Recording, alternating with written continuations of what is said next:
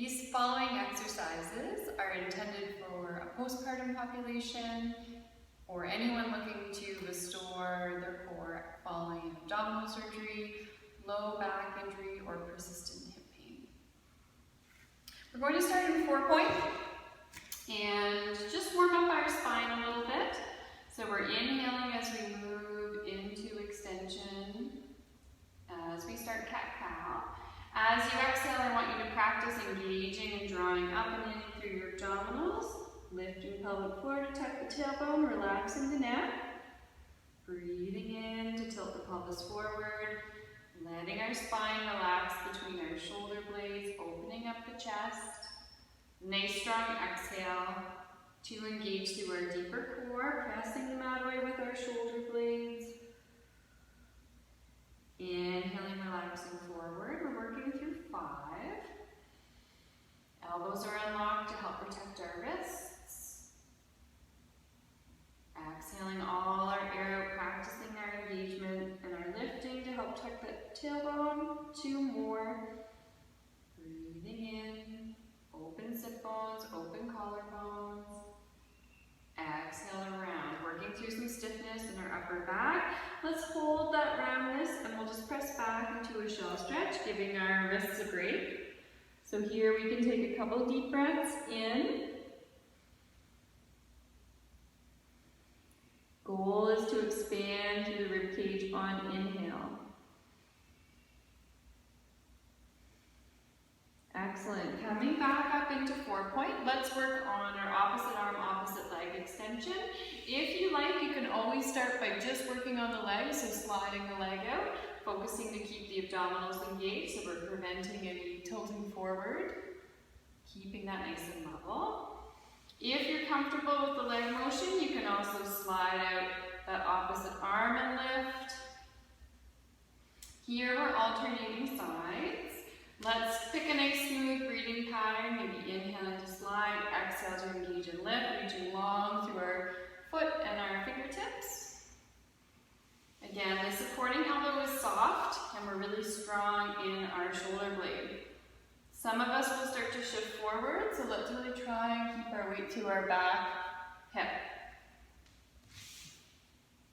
Continuing, alternating sides, drawing in through the abdominals. Really just choosing a smooth breathing pattern here, being aware not to hold our breath. Let's try 4 more.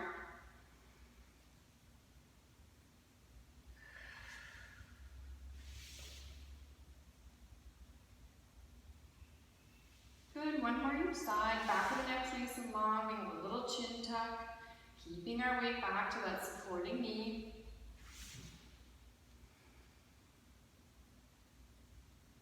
Excellent, take a little break there.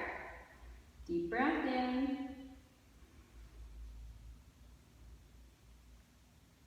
Let's come over into side lying neck. So we're coming down on our side. You can support your head up on your hand, or you can relax down, so wherever you're most comfortable. Knees are bent, feet are in line with our hips. We're focusing on keeping our pelvis stacked. Taking a breath in first. Exhaling to lift through pelvic floor, and we're using our outer hip muscle to rotate up, keeping the pelvis nice and stacked. Breathing in to lower down. Exhale, using our core breath. Each time we come up, your hand can be resting on the mat, it can be cueing lower belly, or maybe it's cueing that top glute to contract. It's a lot of work to try and keep the pelvis stable. It's much easier to rock back. And let's work through about 10. All of us have different levels of endurance, so you can always do a couple less or do a couple more depending on how your side hip muscles are feeling.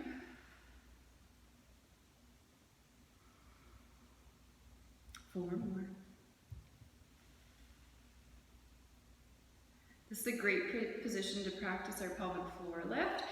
Exhaling to do that lift as we're using our glute to come up.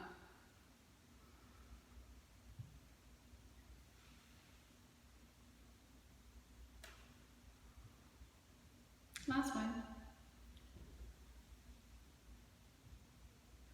from here, you can roll or you can spin around. We'll get to the other side. So again, coming down into side line. If your bottom hip is ever tender, you can put another layer of cushion under that. Feet are in line with our hips. Pelvis is nice and stacked, taking a breath in. Nice strong exhale, drawing up through pelvic floor. Even see if you can hold that pelvic floor lift just for a moment at the top of your clamshell. And then inhale and come back down. Exhaling to engage and lift. We'll feel some tightening across lower belly. Some of us might like that support and cueing from our hand there. Feet are fairly relaxed, so we're trying to not brace with our bottom leg or our bottom foot. We're trying to make this about our pelvis and core. Strong exhale each time, getting that internal engagement and then adding in the glute. Halfway there, breathing into lower, breathing out to engage and lift. 3 more, we're going for a nice tired burny sensation in our top hip. But again, you can choose, maybe you do 8, maybe you do 12.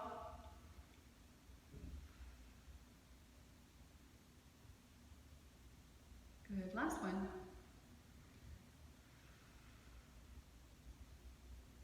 Excellent, we're coming over onto our back next. If you'd like to use a head cushion, you can, but I would skip it for the first exercise. We're going to start with our bridge.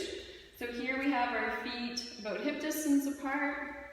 Nice even pressure through the bottoms of our foot, like we're making a perfect footprint. Take a breath in. As you exhale, you can start to lift pelvic floor, curling up tip of our tailbone, and we're rolling up 1 vertebrae at a time up into our bridge. Inhale to stay as you squeeze the glutes and work on controlling the rib cage.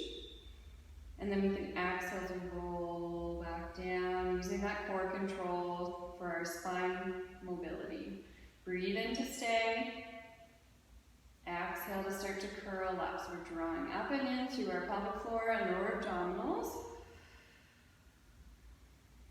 Inhale to stay, working the glutes, nice neutral spine. Notice how I haven't overbridged. And then exhaling to roll back down. Again, working through about 10. Exhale for our movement. Inhale to stay. Exhale to roll down. Arms can stay by your side, or if you like, you can have them just lightly reaching up towards the ceiling, as long as that doesn't cause any extra neck tension for you. Weights across my shoulder blades. So if you're noticing that your neck is getting sore, try and shift a little bit more weight towards your feet, or not bridge quite as high. It's getting a little easier to control the smoothness of my rolling as I've done a few repetitions. Let's try 3 more. Keeping even pressure through the feet, so even a little bit of weight through the mound of the big toe.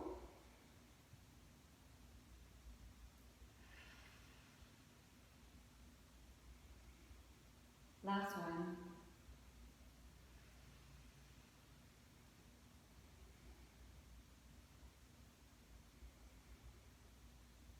Good. Pause here. You can give the knees a hug or substitute in a little knee rock side to side if that's more comfortable. Just taking a couple deep breaths, restoring our breathing after our bridge.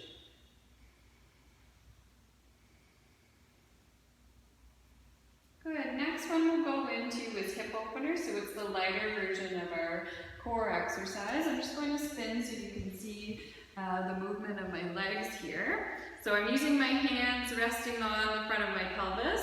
We're in a neutral spine, so you may choose to do a pelvic tilt back and forth to find the center of your sacrum. Feet and knees are together. Take a breath in. Exhale to lift pelvic floor, drawing our 2 front hip bones together as we rotate one leg open, just as far as your pelvis stays stable. Inhale to return to center, knees touch. Exhale to alternate sides. Inhale, coming back. If you focus on keeping your stable leg perfectly still, that can sometimes be a little more challenging and helpful. back. You can have arms lightly lifted, you can have elbows down.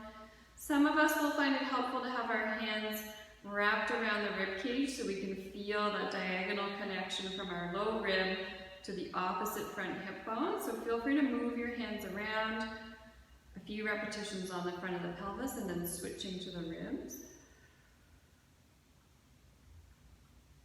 Inhale to return. Let's try one more each side.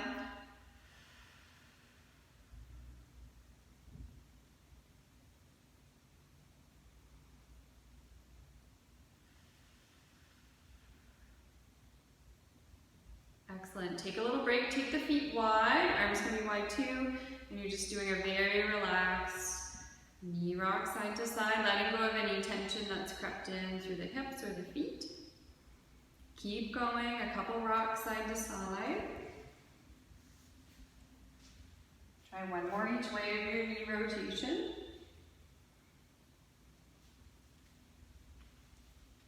Good.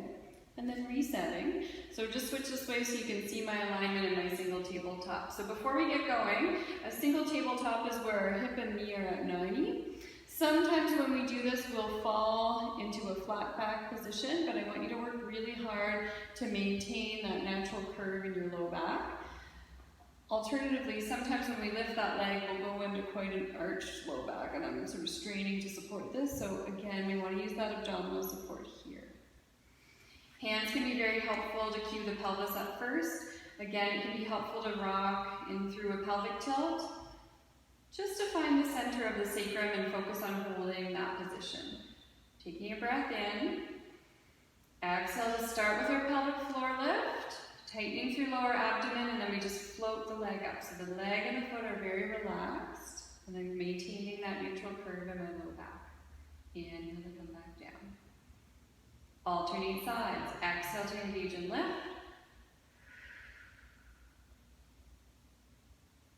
Inhale to come down. Key here is to get pelvic floor on first. So we always have that support. We're never bearing down on our deeper core. Inhale to lower. Alternating sides. Pelvis stays nice and level. Again, you can use a little cueing on the ribs if that's helpful too. If you're more comfortable with this exercise, you can have the arms just slightly up towards the ceiling. So exhaling to lift. Inhaling to lower. If you're comfortable with this level, you can keep going with your single leg. If you want a little more challenge, you can come up to your double leg. Still hips and knees at 90. Taking a breath in. Exhale to lift pelvic floor. This time we're lowering to a toe touch, or you can keep going with your single leg. Exhale to engage, maintaining that curve in our lower back. Let's try 4 more, either of your singles or your double leg toe touch. Arms are light. If you haven't tried reaching them up yet, you could try that. Trying to keep the legs nice and soft. 1 more each side.